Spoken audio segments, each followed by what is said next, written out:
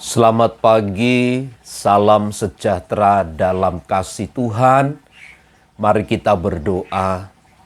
Pujian, hormat, syukur kami naikkan kepadamu Bapa. Sebab Engkau Allah yang mengasihi, Allah yang menopang kami di dalam kekuatan dan kuasa.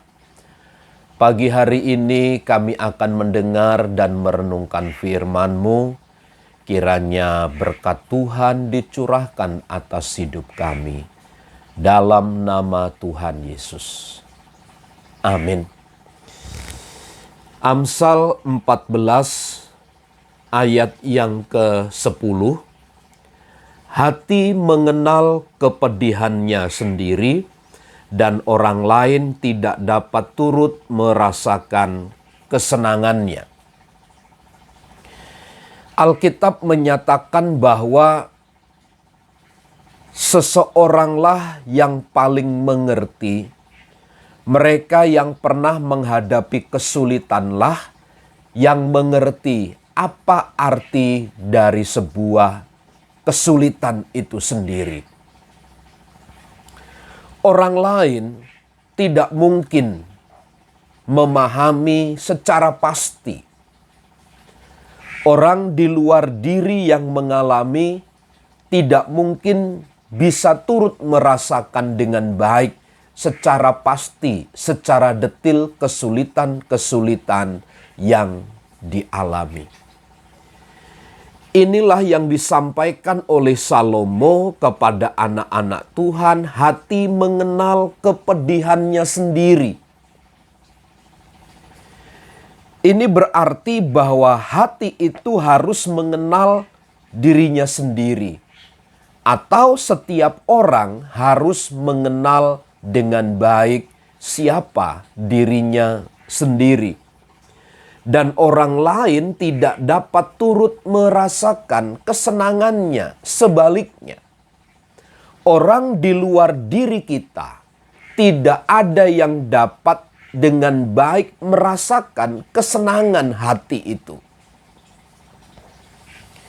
Inilah yang saya ingin katakan bahwa sesungguhnya apa yang dirasa, apa yang dialami harus dikenal, dimengerti dengan baik.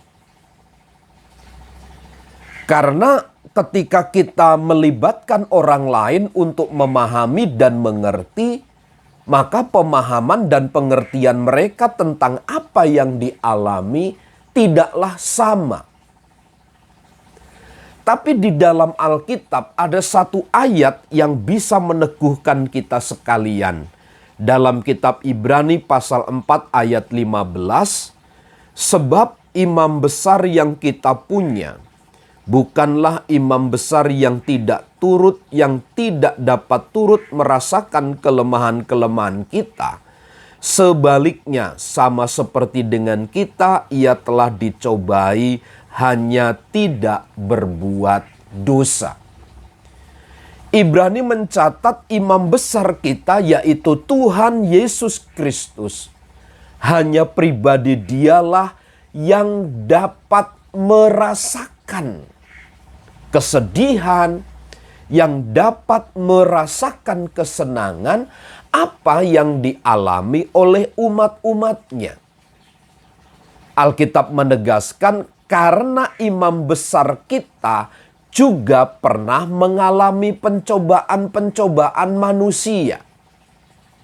Dialah Allah yang bisa merasakan segala kesedihan, segala duka cita, segala kemalangan, bahkan kebahagiaan yang kita alami. Ingat, ketika kita mempercayakan diri kepada manusia, ketika kita berharap kepada pertolongan manusia, maka hasilnya adalah mengecewakan, sia-sia semata-mata. Karena apa? Manusia tidak dapat menyelami pikiran pribadi orang lain. Manusia tidak dapat mengerti kepedihan dan kesulitan orang lain. Yang dapat mengerti, memahami dengan baik hanya Dia, Yesus Kristus Tuhan.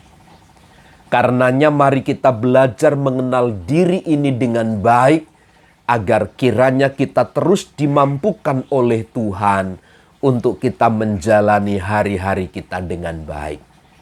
Tuhan Yesus memberkati.